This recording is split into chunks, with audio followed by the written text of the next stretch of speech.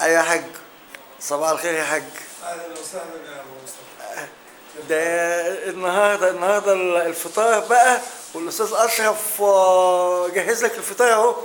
والله يا اشرف ما شاء الله، يعني الفطار فول وطعميه وحلاوه ومربى وعصير وفاكهه وما شاء الله يعني. كويس. يعني الشغل ممتاز جدا. الحمد لله، يعني ما قصر معاك يا حاج في لا لا ابدا ما قصر. فطور بليمونه يا ابو مصطفى. بالليمون. بس لو كان عمل شويه حبتين بيض مع قطعتين مرتديلا. المشكله المرسيديلا بترفع الضغط. لا مين قال لك بترفع الضغط حسب التوجيهات اللي بتدولها من الخرطوم. مين اللي قال لك؟ قالوا لي فطور فول بس. بس فول؟ بس فول. وجوه عربيه طوالي. طبعا. يعني الله يا استاذ اشرف، انا شايف ان انت باذل مجهود جميل قوي يعني، ولكن برضك الحاج لسه برضك في حاجه الحاج مش راضي عنها ولا ايه مش عارف. والله طبعا الحاج بيكون مشتاق لفطور السودان. يعني عايز يجيبوا له قراصه والملاح الابيض.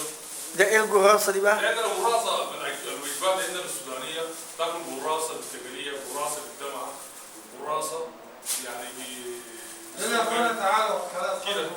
تعالوا حصلونا. فدي من اكلاتنا في السودان يعني. عصيده بالملاح برضه دي وجباتنا في السودان. عصيده بالملاح. بالملاح. الفلفل دي طبعا مشتركه بيننا وبينكم. طيب. طبعا ابو وائل ما بياكل، دي بتاعتنا احنا انا وعلي هاني. وائل الفلفل دي يعني تجيب الملاح مستمره بيننا. انا جبت لك ليمون ما في. طب توكل يلا يا اشرف يلا.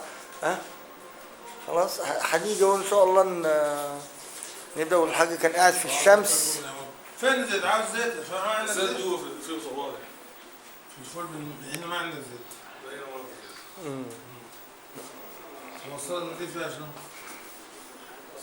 انا والله ما ضبطها، لكن المره اللي فاتت المنطقه كانت يعني لسه ما خلصت اصلا.